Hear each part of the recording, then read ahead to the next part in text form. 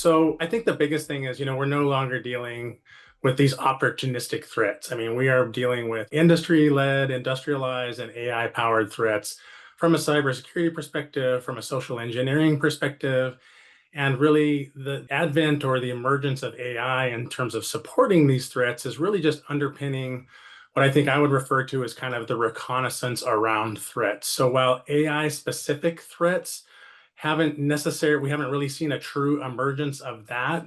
What we are seeing, I think, is a large use of AI to do a lot of the reconnaissance and finding the gaps or through synthetic identities masquerading as different personas to really gain access and gain trust in our federal spaces. AI is very effective at targeting, of creating deepfake videos that can lead people to think they're being told to do something by their boss or their leadership and open up the door for an exploit. Same thing with the social engineering aspect. There's just a lot of AI-driven analysis and targeting who they should be going after. Like one of the major breaches that occurred in the last few years was Okta, and it was specific to federal agencies getting targeted with the admin credentials of tenants of the Okta identity platform. But that initial compromise, the grabbing of the multi-factor authentication token, was done through social engineering.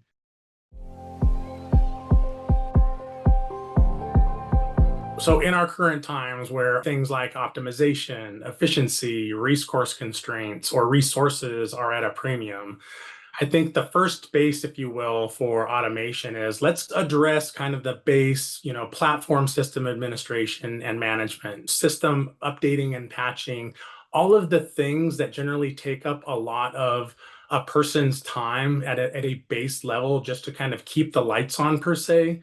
I think that the more that we can address those types of systems and operations through automation, the better. And we actually enable or unlock the ability of those limited resources to really engage on those things that are critically important. So the more minutia, if you will, I don't want to say that system administration and platform administration isn't important, but the more that we can automate those daily things, those routine tasks that we're comfortable with releasing to automation, because I don't think we should ever currently not have a human in the loop per se. I mean, I think we require and want that human intervention, particularly in our federal spaces for the operations and missions that we are responsible for in the federal space. But I think the more that we can offload things that are easily automatable, the better. Automation, it's been in the market now for, let's say 10 plus years, with the security orchestration and automated response category of technologies. But that's maturing. And, as a cybersecurity operations organization, typically you have thousands of things. For example, I believe Splunk comes with nearly 2,000 indicators of compromise, which are searches that are looking for specific criteria. And there's no way a team of whatever amount of people are going to be able to be on top of all those things, even if they're risk prioritized. So you do need automation to scale that, to scale basic steps, because some things are pretty simple that, okay, this thing is now a vulnerable, unpatched device on the perimeter. It needs to be contained, quarantined, and off the network.